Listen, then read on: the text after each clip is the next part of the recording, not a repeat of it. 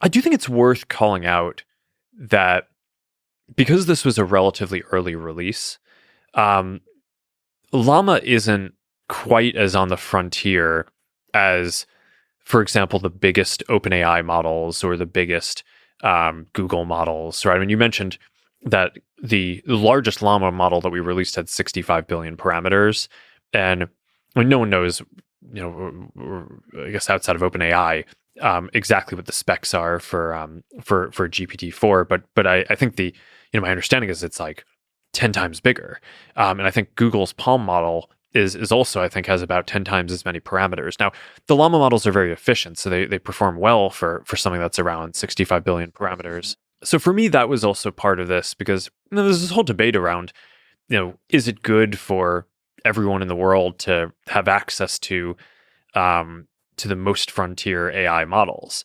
And I think as the AI models start approaching something that's like a superhuman intelligence, I think that's a bigger question that we'll have to grapple with. But right now, I mean, these are still, very basic tools. They're powerful in the sense that, a lot of open source software like databases or web servers can enable a lot of pretty important things.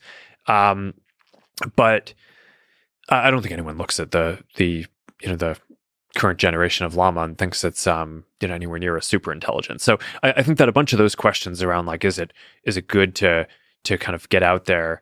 I think at this stage, surely you want more researchers working on it for all the reasons that that open source software has a lot of advantages. And we talked about efficiency before, but another one is just open source software tends to be more secure because you have more people looking at it openly and scrutinizing it and finding holes in it.